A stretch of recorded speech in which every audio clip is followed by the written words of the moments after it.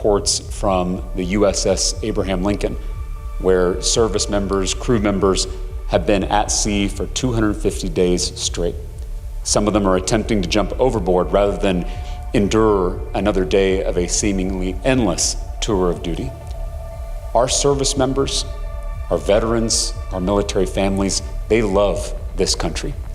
It is time for this country to love them back. For your service to this country, it is an honor to stand with you today. Before we begin, I do want to acknowledge the helicopter crash at Fort Hood. The two service members who lost their lives grew up not too far from here. I know their loss is felt deeply by this community. I'm grateful for their service and their sacrifice. And I'm grateful to this community for welcoming me today, even as you grieve. This community means a lot to me. My brother-in-law served as an Army doctor at Fort Hood, and it is so good to be back in this community. Texas is home to more veterans than any other state in the country, and I am incredibly proud of that. I'm also incredibly motivated by that because our veterans, our service members, our military families deserve so much better. Too many of our veterans are returning home to a country that is unprepared to help them transition to civilian life. Too many of our veterans face a complicated web of bureaucracy instead of an easy network of services. And too many of our veterans are going hungry or homeless because of it.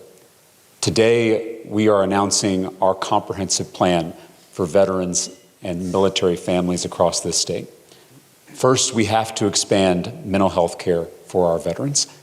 In Texas, 500 veterans die by suicide every year. That is unacceptable.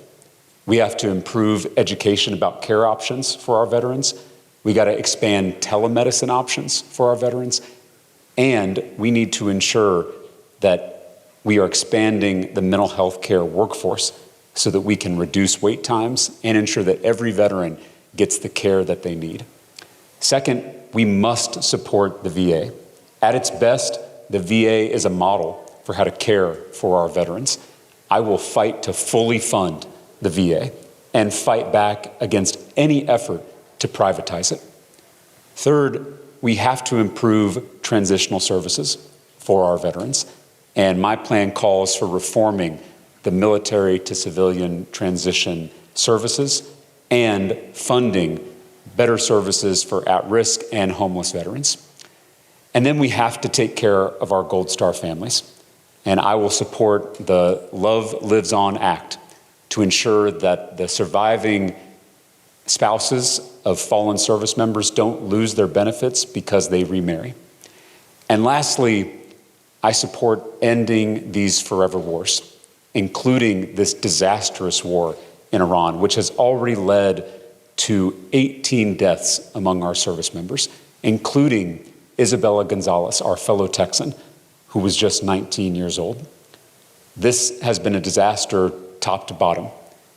And I'm sure some of you have read the reports from the USS Abraham Lincoln, where service members, crew members have been at sea for 250 days straight. Some of them are attempting to jump overboard rather than endure another day of a seemingly endless tour of duty.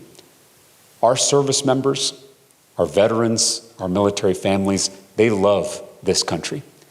It is time for this country to love them back.